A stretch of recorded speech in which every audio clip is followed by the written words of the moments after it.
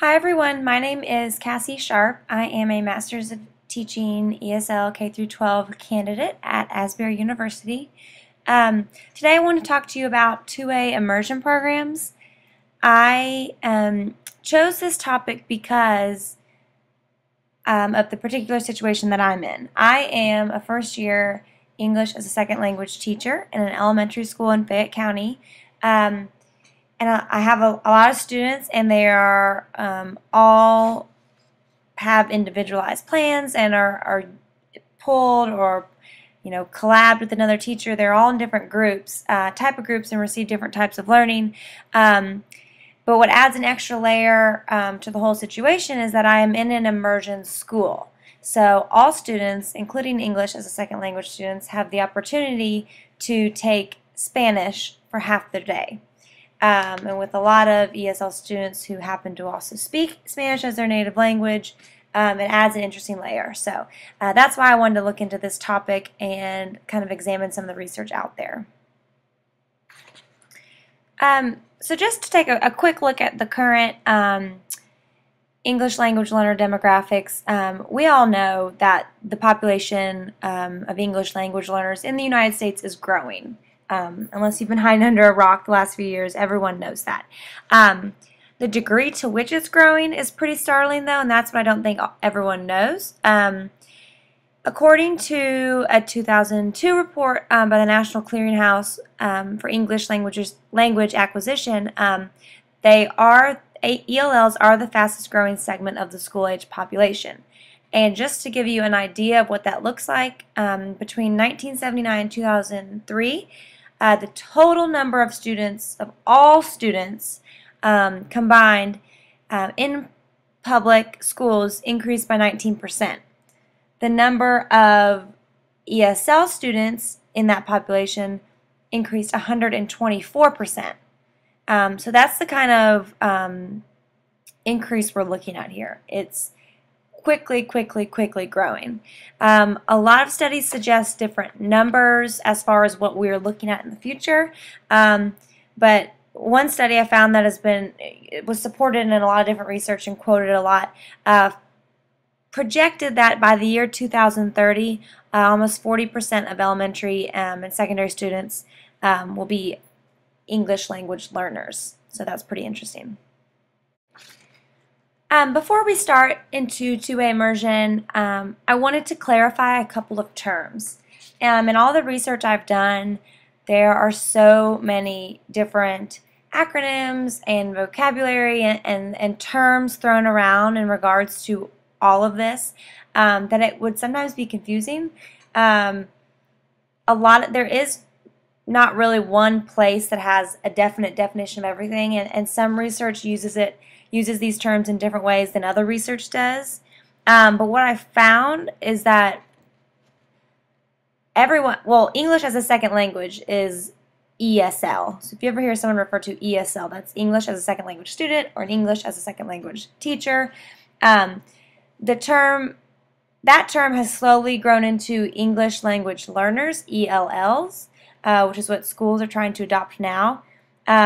As of recently, I've actually heard that they are trying to change it again to ELs, English learners, but you don't hear that as often as ELL or ESL. A lot of the research refers to students who do not speak English and are entering schools in the United States as language minority students. And then a lot in two-way immersion you hear of dual language learners. A dual language learner is someone who is a student who is learning two languages together at the same time, and they are not proficient in either one. So a lot of times that refers to, not always, but a lot of times that is our younger students who are, early elementary school and are not proficient in their even English, but are also might be learning Spanish, whether they're born in the United States or not born in the United States. So that's what a dual language learner is. And then finally, bilingualism is the ability to actually speak two languages. So more terms for you, but important terms. Right now for ESL learners, there are different programs you can be labeled under within schools, and I'm sure they vary from district to district or maybe state to state, but in general I think they're pretty equal. In Fayette County, there's several types. Content-based is where the main goal of learning is language proficiency.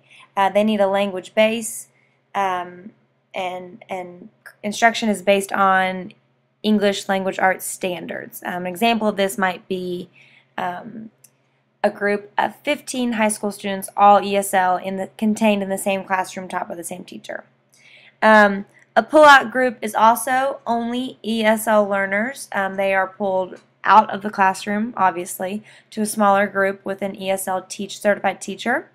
Collaboration and push-in, is done by an ESL teacher as well. They will go into the mainstream classroom and work with another teacher to collab and to help teach those ESL learners within their normal classroom instruction. Sheltered content instruction is where the ESL student is just in the normal classroom receiving accommodations from the teacher, modifications, things that are helping them to learn since they do have that barrier, but they are receiving the same instruction as all other students. And then finally there's two-way, or oftentimes in research called dual immersion. In this presentation I'm going to refer to it as two-way immersion, which we're going to get to now. Okay, so two-way immersion, aspects of this type of teaching was seen as early as the 1960s in some schools, but really the push with these programs didn't start until the late 80s and the 90s, when we started to see a greater increase of language minority students in schools. And also, as years pass, we become a bigger part of the global economy, and learning that second language becomes more important. So the two-way immersion is where minority and majority language students are mixed in together. So there is no separation based on your native language. Whether your native language is Spanish or Korean or English or Japanese, you are in the same classroom learning the same language at the same time. Now the two languages taught are, of course, in the United States, are English and then another language. Typically, the programs you see in the U.S. Teach Spanish, like the school I'm in. So there are many different models. It could be a 50-50 model where half the day is in Spanish and half the day is in English. It could be a 90-10, it could be 70-30, but you usually see that half and half day split.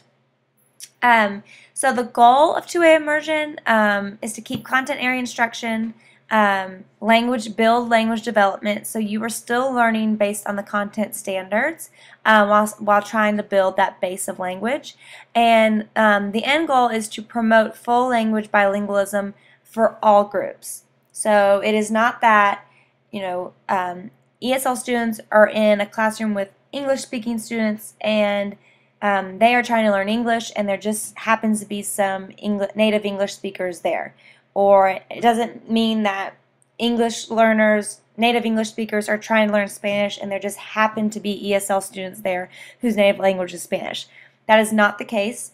Everyone in the program is in there for the same goal, to become bilingual in both languages. So the unique feature here is that there are native English speakers and speakers of other languages present. When you hear, people often get all these terms confused, and people say, what's the difference between two-way immersion and regular immersion? And does Fayette County have this? And other schools have this? Well, an immersion program means that, let's say 20 native English speakers are in a classroom learning Spanish, whether that be half day or all day or 70% of the day or whatever. Two-way immersion means that there are students from other language backgrounds present. So they are not just native English speakers learning Spanish, there are also native Spanish speakers learning English and Spanish, just as the English speakers are learning English and Spanish. So that is the key factor. And that is what makes the immersion programs in Fayette County interesting, is because there are ESL learners involved. And so some of them fall into that two-way immersion category. So we have to bring up second language acquisition theories because of the class we're in, and because two-way immersion is backed up by some theories. There's a picture of Stephen Krashen, I think probably from the 80s maybe. One of his input hypothesis is the acquisition learning hypothesis. He believed that the medium through which language is taught is more important than actually teaching the language, and that is a key component of two-way immersion. More so than teaching language base, they go straight into teaching math and science in that other language. Or vice versa for kids who don't speak English. So they're not taught the basics of the language, they're just taught through that language. Another theory that backs up two-way immersion is Cummins' threshold hypothesis. He believed that you needed a certain level of proficiency in your native language to ever acquire a second language or to learn a second language. This is definitely part of two-way immersion, and that people who promote these programs believe that the language minority students need that base of Spanish or whatever second language is taught in order to fully eventually learn English. And they don't think you can ever do that unless you continue to grow that first language proficiency. And then, of course, there's a number of sociocultural theories out there that promote this in so many different ways, primarily through interaction. When you are in a classroom with other speakers of other languages, you're going to interact with them, and that's going to build that language proficiency. So, support for two-way immersion, there's a lot of it. Pretty much in every research article I could find, the researchers talked about some sort of benefit of programs like this for English as second language students. And not only for ESL students, but also for the majority students. Everyone benefits when there's immersion going on. As I already said, a lot of people back up the idea that building a base of one language increases your ability to learn a second language. A lot of studies found that minority language students improved at higher levels and more quickly with this first language support. So minority students more so than majority, but majority still reap the benefits of two-way immersion. And then, of course, bilingualism is the goal, and when students can become bilingual versus monolingual, that's always a good thing. So why does any of this matter? Well, for a lot of reasons. First of all, when we know what teaches our kids best, specifically our most needy and vulnerable students, like English as second language students, who often fall between the cracks, it's important that we know their best options, that we can recommend these programs to parents should this be a choice. In my particular school, a lot of parents choose to go the non-immersion route because they don't want their kids in half-day Spanish. They want them in full English to learn English more quickly. When really, it's a very good possibility that if they could choose the other route, their student might be better off in the long run. Also just knowing these techniques and knowing what works for students can help in smaller lesson planning and smaller teaching techniques. If you are able to incorporate some of an ESL student's first language into your teaching, even if they're not in an immersion program, that's probably going to help. And then, of course, it's just always good to keep up with research and see what's out there and see what are the best new alternative ways of teaching. And these are my references. Thank you for listening.